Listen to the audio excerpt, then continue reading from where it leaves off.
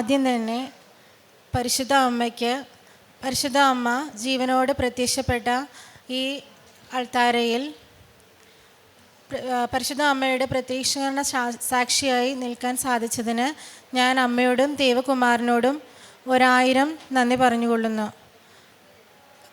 സാക്ഷ്യം പറയാൻ വൈകിയതിൽ ഞാൻ അമ്മയോട് മാപ്പ് അപേക്ഷിക്കുന്നു. എൻ്റെ പേര് രമ്യ. ഞാനൊരു നേഴ്സാണ്. ആലുവയിൽ നിന്നാണ് ഞാൻ വരുന്നത്. ഇതെൻ്റെ ചേച്ചി സൗമ്യ. ഞാൻ കൃപാസന മാതാവിനെ കുറിച്ച് ആദ്യം അറിയുന്നത് എൻ്റെ അമ്മ വഴിയാണ്. എൻ്റെ ഇടവക വടകോട് കൊട്ടാരക്കര ഇടവകയാണ്. ഞാൻ ആദ്യമായി മാതാവിനെക്കുറിച്ച് അറിയുന്നത് എൻ്റെ അമ്മ വഴിയാണ്. ഞാൻ ആദ്യമായിട്ട് ഇവിടെ ഉടമ്പടി എടുക്കുന്നത് 2023 ഓഗസ്റ്റ് 8-നാണ്. അന്ന് ഉടമ്പടിയിൽ ഞാൻ വെച്ചിരുന്ന കാര്യങ്ങൾ, ഉടമ്പടിയിലായിട്ടും അല്ലാതെ മാതാവ് എന്നെ ഒരുപാട് അനുഗ്രഹിച്ചിട്ടുണ്ട്. അതിലേറ്റവും പ്രധാനപ്പെട്ട കാര്യങ്ങളാണ് ഞാൻ നിങ്ങളോട് പറയുന്നത്. ഒന്ന്, എൻ്റെ വീട് ഒരു 1.25 സെൻറ്റ് സ്ഥലത്തിൽ ചെറിയൊരു വീടായിരുന്നു. അപ്പം സ്ഥല സൗകര്യങ്ങൾ വളരെ കുറവായതുകൊണ്ട് ഞാൻ മാതാവിനോട് പ്രാർത്ഥിച്ചിരുന്നു, മാതാവേ എനിക്ക് ആ വീടിനോട് ചേർന്ന് തന്നെ ഒരു 5 സെൻറ്റ് സ്ഥലമെങ്കിലും ലഭിക്കാൻ അമ്മ എന്നെ സഹായിക്കണമേ എന്ന് ഞാൻ പ്രാർത്ഥിച്ചിരുന്നു. അതിൻ്റെ ഫലമായി ഒരു സ്ഥലം പോയി കാണുകയും അവിടെ പക്ഷെ ഞങ്ങൾക്ക് സാമ്പത്തിക മേഖലയിൽ ഒരുപാട് ബുദ്ധിമുട്ടുള്ളത് കൊണ്ട് ആ സ്ഥലം ഞങ്ങൾക്ക് വാങ്ങിക്കാൻ പറ്റുമോ ഇല്ലെന്ന് ഉറപ്പുണ്ടായിരുന്നില്ല. അപ്പോഴാണ് എൻ്റെ അമ്മ പറഞ്ഞത്, കൃപാസനത്തിൽ നിന്ന് കൊണ്ടുപോയ ഉപ്പ് ആ സ്ഥലത്തിട്ട് പ്രാർത്ഥിക്കുക, നമുക്ക് മാതാവ് അത് സാധിച്ചു തരുമെന്ന് വിശ്വസിച്ച് പ്രാർത്ഥിക്കുക എന്ന് അമ്മ പറഞ്ഞു. അതിൻ്റെ ഫലമായി ഞാൻ ഇവിടുന്ന് കൊണ്ടുപോയ ഉപ്പ് അവിടെ ഇട്ട് പ്രാർത്ഥിച്ചു, വിശ്വാസ പ്രമാണം ചൊല്ലി പ്രാർത്ഥിച്ചു. കുറച്ച് നാൾ കഴിഞ്ഞപ്പോഴത്തേക്ക് ഞങ്ങളുടെ സാമ്പത്തിക മേഖലയിൽ ഞങ്ങൾക്ക് കുറച്ചും കൂടി മാറ്റം വന്നു. ഞങ്ങൾക്ക് ആ സ്ഥലം വാങ്ങിക്കാൻ കഴിഞ്ഞു. അതിനേക്കാൾ ഉപരിയായി 1 വർഷത്തിന് ശേഷം ഒരു 10 സെൻറ്റ് സ്ഥലം കൂടി മാതാവ് എനിക്ക് തന്നു അനുഗ്രഹിച്ചു. ഞങ്ങളെ ഒരു സാധാരണ കുടുംബമായ ഞങ്ങൾക്ക് അത്രയും വലിയൊരു അനുഗ്രഹം ഞങ്ങൾക്ക് സ്വപ്നം പോലും കാണാൻ സാധിക്കാത്തതായിരുന്നു. പക്ഷെ അമ്മ മാതാവ് എൻ്റെ പ്രാർത്ഥന കേട്ടു. ഞാൻ ചോദിച്ചതിലധികമായി മാതാവ് എനിക്ക് തന്നു. രണ്ടാമതായി, എൻ്റെ വീടിൻ്റെ അടുത്ത് തന്നെ എനിക്കൊരു ജോലി കിട്ടുവാൻ വേണ്ടി ഞാൻ മാതാവിനോട് പ്രാർത്ഥിച്ചിരുന്നു. ഏശയ്യ 59:1, രക്ഷിക്കാനാകാത്ത വിധം എൻ്റെ കരം കുറുകിപ്പോയിട്ടില്ല, കേൾക്കാനാകാത്ത വിധം എൻ്റെ കാതുകൾക്ക് മാന്ദ്യം സംഭവിച്ചിട്ടില്ല എന്ന വചനം ഞാൻ ഏറ്റുപറഞ്ഞ് പരിശുദ്ധ ജപമാല ചൊല്ലി പ്രാർത്ഥിച്ചു. അതിൻ്റെ ഫലമായി ഞാൻ അടുത്തുള്ള ഹോസ്പിറ്റലിൽ തന്നെ എനിക്ക് ഇൻ്റർവ്യൂ അറ്റൻഡ് ചെയ്യാനും അവിടെ സെലക്ഷൻ കിട്ടുവാനും ഞാൻ ആഗ്രഹിച്ച ഡിപ്പാർട്ട്മെൻറ്റിൽ തന്നെ എനിക്ക് ജോലി ലഭിക്കുവാനും സാധിച്ചു. മൂന്നാമതായിട്ട്, എൻ്റെ ഹസ്ബൻഡ് ആർമിയിലാണ് വർക്ക് ചെയ്യുന്നത്. കഴിഞ്ഞ യുദ്ധമുണ്ടായ സമയത്ത്, ഇന്ത്യ പാകിസ്ഥാൻ യുദ്ധമുണ്ടായ സമയത്ത് എൻ്റെ ഹസ്ബൻഡ് പഞ്ചാബിലായിരുന്നു. അപ്പോൾ അന്ന് ഞാൻ ഉടമ്പടി പുതുക്കുന്ന സമയമായിരുന്നു. അപ്പോൾ ഞാൻ ഇവിടെ വന്ന് മാതാവിനോട് പ്രാർത്ഥിച്ചു, ഉടമ്പടിയിൽ എഴുതി വെച്ചു, മാതാവേ ഇന്ത്യയും പാകിസ്ഥാനും തമ്മിലുള്ള യുദ്ധത്തിൽ ആർക്കും യാതൊരു ആപത്തും വരാതെ, പ്രത്യേകിച്ച് ഡിഫൻസിൽ വർക്ക് ചെയ്യുന്നവർ നേരിട്ടോ അല്ലാതെയോ അതിൽ പങ്കെടുക്കുന്നവർ ആർക്കും ഒരു ആപത്തും വരാതെ നിരീക്ഷിക്കണമേ. ഇതൊരുപാട് നാൾ നീണ്ടുപോകാതെ സമാധാനപരമായ ചർച്ചയിലൂടെ അവസാനിക്കുവാണമേ എന്ന് ഞാൻ കരഞ്ഞു പ്രാർത്ഥിച്ചു. അങ്ങനെ ഇരിക്കെ ഞാൻ ഹസ്ബൻഡിനോട് രാത്രി സംസാരിച്ചുകൊണ്ടിരിക്കുമ്പോൾ പെട്ടെന്നൊരു സൈറൻ മുഴങ്ങുന്നത് ഞാൻ കേട്ടു. അത് ഒരു അപകട സൂചനയാണ് എന്ന് എനിക്കറിയാമായിരുന്നു.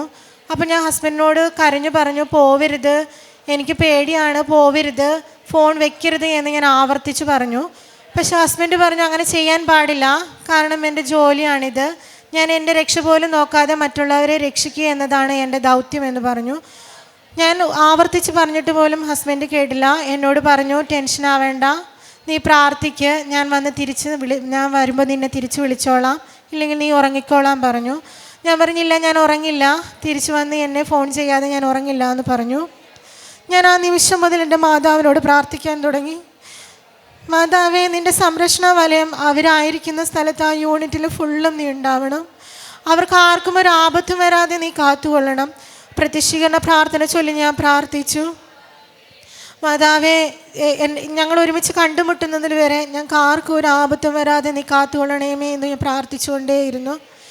ഒരു 3/4 മണിക്കൂർ കഴിഞ്ഞപ്പോഴത്തേക്ക് ഹസ്ബൻഡ് എന്നെ വിളിച്ചിട്ട് പറഞ്ഞു, കുഴപ്പമില്ല, നീ ഉറങ്ങിക്കോ, അതൊരു ട്രയലായിരുന്നു എന്ന് പറഞ്ഞു. 2 ദിവസം കഴിഞ്ഞപ്പോഴത്തേക്ക് ആ യുദ്ധം അവസാനിപ്പിച്ചു. സമാധാനപരമായ ചർച്ചയിൽ അത് കഴിഞ്ഞ് ഹസ്ബൻഡ് എന്നോട് പറഞ്ഞു, ഞാൻ നിന്നോട് അന്ന് പറയാതിരുന്നതാണ്, നീ പേടിക്കുമെന്ന് കരുതി. അത് ആ സമയത്ത് സൈറൻ മുഴങ്ങിയത് പാകിസ്ഥാൻ്റെ അറ്റാക്ക് തന്നെ ആയിരുന്നു.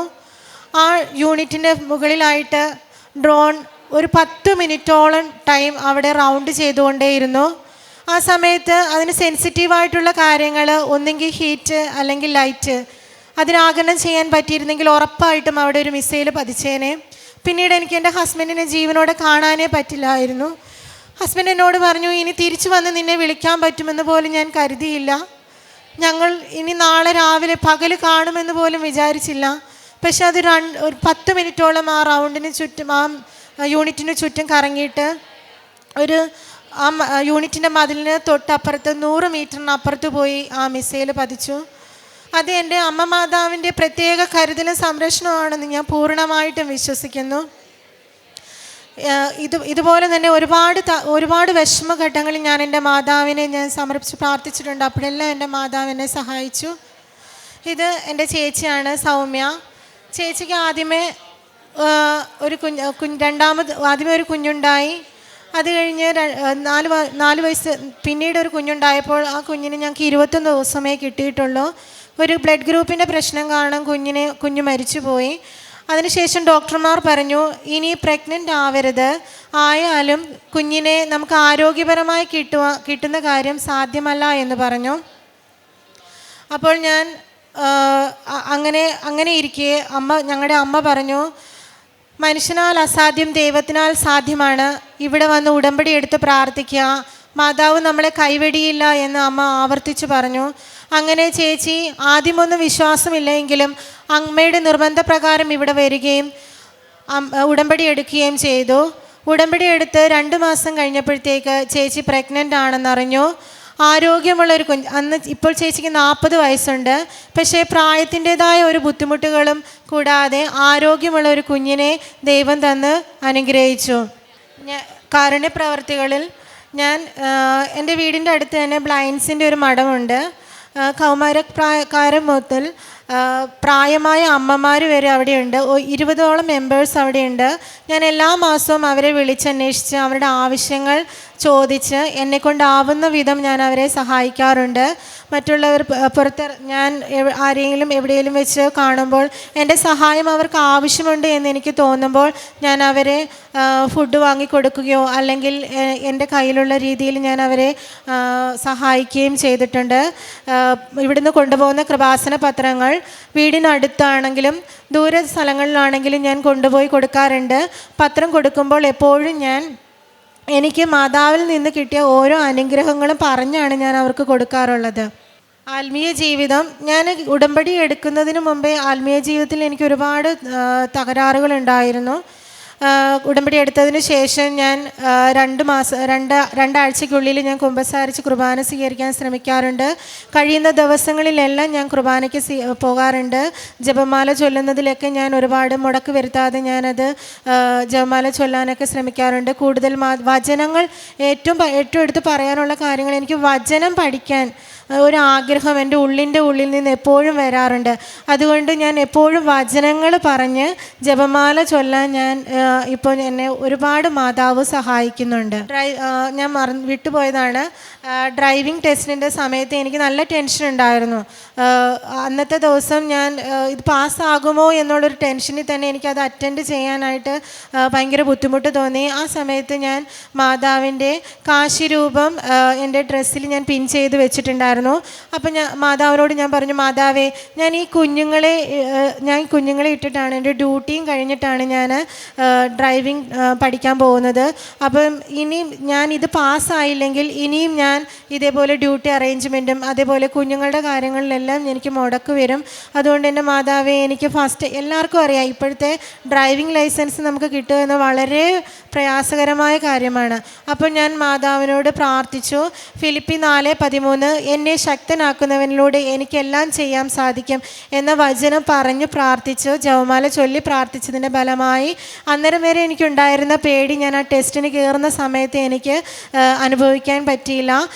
ആരോ എൻ്റെ കൂടെ നിന്ന് എന്നെ ബലപ്പെടുത്തുന്നത്, നിനക്ക് പറ്റും, നിനക്ക് സാധിക്കുമെന്ന് പറഞ്ഞുകൊണ്ട് എന്നെ ആരോ ശക്തിപ്പെടുത്തുന്ന പോലെ എനിക്ക് ഉറപ്പുണ്ട്. എൻ്റെ അമ്മ മാതാവ് തന്നെയാണ് എൻ്റെ കൂടെ വന്നത് എന്ന് ഞാൻ പൂർണ്ണമായി വിശ്വസിക്കുന്നു. ഇതുപോലെ തന്നെ എനിക്ക് ഒരുപാട് അനുഗ്രഹങ്ങൾ, എനിക്ക് ഇവിടെ പറയാൻ പറ്റാതെ പോയ ഒരുപാട് അനുഗ്രഹങ്ങളെ കുറിച്ചും ഞാൻ മാതാവിന് ഒരു കോടാനുകോടി ഞാൻ നന്ദി പറയുന്നു. അനുദിനം നമ്മെ താങ്ങുന്ന കർത്താവ് വാഴ്ത്തപ്പെടട്ടെ. ദൈവമാണ് നമ്മുടെ രക്ഷ, നമ്മുടെ ദൈവരക്ഷയുടെ ദൈവമാണ്. സങ്കീർത്തനം 66:19 വചനം. പ്രാർത്ഥന കേൾക്കുന്ന സ്നേഹമാണ് ദൈവത്തിൻ്റേത്. സമൃദ്ധമായി സത്യസന്ധമായി ആത്മാർത്ഥമായി പ്രാർത്ഥിക്കുമ്പോൾ ദൈവം കേൾക്കുമെന്നുള്ള ഓരോ സാക്ഷ്യങ്ങളിൽ നിന്നും നമുക്ക് മനസ്സിലാക്കുന്നത് ദൈവത്തിൻ്റെ കരുണയാണ് നമ്മുടെ ജീവിതത്തിലെ അനുഗ്രഹങ്ങളുടെ ഉറവിടം. മരിയൻ ഉടമ്പടിയിലൂടെ നാം വിശ്വാസത്തോടെ നിയോഗങ്ങൾ സമർപ്പിച്ച് പ്രാർത്ഥിക്കുമ്പോൾ പരിശുദ്ധ അമ്മയുടെ മധ്യസ്ഥതയിലൂടെയാണ് നമുക്ക് ഓരോ കാര്യങ്ങളും ഈശോ നടത്തി തരുന്നത്. രമ്യ വർഗീസിൻ്റെ സാക്ഷ്യത്തിൽ നമുക്ക് മനസ്സിലാക്കുന്നതും ഈശോയും അമ്മയും കഴിഞ്ഞ് നൽകിയ അനുഗ്രഹങ്ങളാണ്. 1.25 സെൻറ്റ് സ്ഥലത്തുള്ള ഒരു വീടായിരുന്നു. ആഗ്രഹമുണ്ടായിരുന്നു. പരിശുദ്ധ അമ്മയുടെ സന്നിധിയിൽ വന്ന് പ്രാർത്ഥിച്ചു. കണ്ണീരോടെ പ്രാർത്ഥിച്ചതിൻ്റെ ഫലമായിട്ട് 10 സെൻറ്റ് സ്ഥലം വാങ്ങിക്കാൻ സാധിച്ചു. വീണ്ടും പെട്ടെന്ന് തന്നെ 10 സെൻറ്റ് സ്ഥലം കൂടെ വാങ്ങാനുള്ള ഒരു സാമ്പത്തികമായിട്ട് യാതൊരു രീതിയിലും പറ്റാത്ത ഒരവസ്ഥയിലായിരുന്നു സമയത്താണ് ഉടമ്പടി എടുത്തതിന് ശേഷം പെട്ടെന്ന് തന്നെയാണ് ഓരോ അനുഗ്രഹങ്ങളും ഓരോന്നോരോന്നായിട്ട് ഇവരുടെ ജീവിതത്തിൽ വന്നു തുടങ്ങിയത്. പിന്നീട് പറഞ്ഞത് ഹോസ്പിറ്റലിൽ തൊട്ടടുത്തുള്ള വീടിനടുത്ത് തന്നെ ഒരു ഹോസ്പിറ്റലിലേക്ക് സെലക്ഷൻ കിട്ടി. അവിടെ ഇൻ്റർവ്യൂ പാസ്സാകാൻ സാധിക്കുകയും ഡ്രൈവിംഗ് ലൈസൻസും അതുപോലെ തന്നെ ടെസ്റ്റിന് പോയപ്പോൾ ഈശോയുടെ അമ്മയുടെ സാന്നിധ്യം മനസ്സിലാക്കാൻ സാധിക്കുകയും ഉടമ്പടി വസ്തുക്കൾ വിശ്വാസത്തോടെ വിശ്വാസ പ്രമാണം ചൊല്ലി പ്രാർത്ഥിച്ചതിൻ്റെ ഫലമായിട്ട് ഈ മകൾക്ക് ഡ്രൈവിംഗ് ടെസ്റ്റ് പാസ്സാകാൻ സാധിക്കുകയും ഹോസ്പിറ്റലിലെ ഇൻ്റർവ്യൂവിന് പാസ്സാകാൻ സാധിക്കുകയും ചെയ്തു എന്നാണ് സാക്ഷ്യപ്പെടുത്തുന്നത്. പിന്നീട് ഹസ്ബൻഡിൻ്റെ ഒരു സംരക്ഷണമായിരുന്നു. കാരണം ആർമി ഡിഫൻസിൽ ജോലി ചെയ്യുന്ന ഹസ്ബൻഡിന് മിസൈൽ ആക്രമണം വന്നപ്പോൾ ആ സമയത്ത് തൻ്റെ രാജ്യത്തെ കാത്തുപാലിക്കണമെന്നുള്ള ഒരു ഉത്തരവാദിത്തോടെ ഹസ്ബൻഡ് പോയപ്പോഴും ഭാര്യ ഉറച്ച വിശ്വാസത്തിൽ ഉടമ്പടിയിൽ ആയിരുന്ന ഈ മകള് പ്രാർത്ഥിക്കുകയായിരുന്നു ഹസ്ബൻഡിൻ്റെ സുരക്ഷിതത്വത്തിന് വേണ്ടിയിട്ട്. അന്നും വളരെ ഒരു വലിയ സംരക്ഷണമാണ് ഈശോയും അമ്മയും രമ്യയുടെ ഹസ്ബൻഡിന് കൊടുത്തത്. അങ്ങനെയാണ് ജീവൻ കാത്ത് പരിപാലിക്കുന്ന ഒരു ദൈവത്തിൻ്റെ സാന്നിധ്യവും സാമീപ്യവും മനസ്സിലാക്കി ഇവരുടെ ജീവിതത്തിൽ മുന്നോട്ട് പോകാൻ സാധിക്കുന്നത്. കാരണം ഉടമ്പടിയിൽ ഓരോ കാര്യങ്ങളും നമ്മൾ നിയോഗമായി സമർപ്പിക്കുമ്പോൾ നമ്മുടെ കൂടെ ദൈവത്തിൻ്റെ സാന്നിധ്യമാണ് നമ്മുടെ കൂടെയുള്ളത്. നമ്മളെ വ്യത്യസ്തമാക്കുന്ന മറ്റു വ്യക്തികളിൽ നിന്നും മറ്റ് ജനതകളിൽ നമ്മളെ വ്യത്യസ്തമാക്കുന്നത് നമ്മുടെ ഉടമ്പടി ജീവിതമാണ്. ഉടമ്പടി ജീവിതത്തിൽ എന്തൊക്കെ പ്രതിസന്ധികളും പ്രശ്നങ്ങളും വന്നാലും അതെല്ലാം തരണം ചെയ്ത് ജീവിക്കുവാനുള്ള ധൈര്യം ഉടമ്പടി മക്കൾക്കുണ്ട്. കാരണം പരിശുദ്ധ അമ്മയാണ്, കൃപാസന അമ്മയാണ് നമ്മെ കരം പിടിച്ച് മുന്നോട്ട് നയിക്കുന്നത്. നമ്മുടെ ജീവിതത്തിലും ഏതൊക്കെ പ്രതിസന്ധികൾ വന്നാലും അമ്മയുടെ മധ്യസ്ഥതയിലൂടെ നമ്മൾക്കും അനുഗ്രഹങ്ങൾ ലഭിക്കട്ടെ എന്ന് പ്രാർത്ഥിക്കാം. അവൻ തൻ്റെ കരുണ ഒരിക്കലും നമ്മിൽ നിന്ന് അകറ്റുകയില്ല. ദൈവത്തിൻ്റെ അചഞ്ചലമായ സ്നേഹം സാഹചര്യങ്ങൾക്ക് അധിഷ്ഠിതമല്ല, നമ്മുടെ ആത്മാർത്ഥതയും വിശ്വസ്തതയുടെ അധിഷ്ഠിതമാണ്. പരിശുദ്ധ അമ്മയുടെ ഈ സന്നിധിയിൽ വന്ന് പ്രാർത്ഥിക്കുമ്പോൾ നമ്മുടെ എല്ലാ പ്രാർത്ഥനകളും വിശ്വാസത്തോടെ നമുക്ക് സമർപ്പിക്കാം. ജീവിതത്തിലെ ബുദ്ധിമുട്ടുകൾക്കിടയിലും ദൈവം നമ്മുടെ പ്രാർത്ഥന കേൾക്കുമെന്ന് നമുക്ക് വിശ്വസിക്കാം. അനുദിനം നമ്മെ താങ്ങുന്ന കർത്താവ് വാഴ്ത്തപ്പെടട്ടെ എന്ന് നമ്മുടെ ജീവിതത്തിൽ മഹത്വപ്പെടുത്താൻ സാഹചര്യങ്ങൾ ലഭിക്കട്ടെ എന്ന് നമുക്ക് പ്രാർത്ഥിക്കാം. രമ്യയ്ക്കും കുടുംബത്തിനും ലഭിച്ച പ്രത്യേകിച്ചും ഈ മക്കൾക്ക് കിട്ടിയ അനുഗ്രഹങ്ങൾക്കും എല്ലാ രീതിയിലും ഈശോയുടെയും അമ്മയുടെയും അനുഗ്രഹങ്ങൾ ഇവരുടെ ജീവിതത്തിലുണ്ടായിരുന്നു. ആ എല്ലാ അനുഗ്രഹങ്ങൾക്കും നമ്മൾക്ക് കരങ്ങളടിച്ച് ദൈവത്തെ മഹത്വപ്പെടുത്താം. യേശുവേ നന്ദി, യേശുവേ സ്തുതി, ആവേ മരിയ. അത്യപൂർവ ദൈവാനുഭവങ്ങൾ ഇനി നിങ്ങൾക്കും സ്വന്തം. ഈ യൂട്യൂബ് ചാനൽ ഇതുവരെ സബ്സ്ക്രൈബ് ചെയ്തിട്ടില്ലെങ്കിൽ ഇപ്പോൾ തന്നെ സബ്സ്ക്രൈബ് ചെയ്യുക. ഈ വീഡിയോ ഇപ്പോൾ തന്നെ നിങ്ങളുടെ സുഹൃത്തുക്കൾക്ക് ഷെയർ ചെയ്തുകൊണ്ട് കർത്താവിൻ്റെ പ്രേക്ഷിതരാകുക.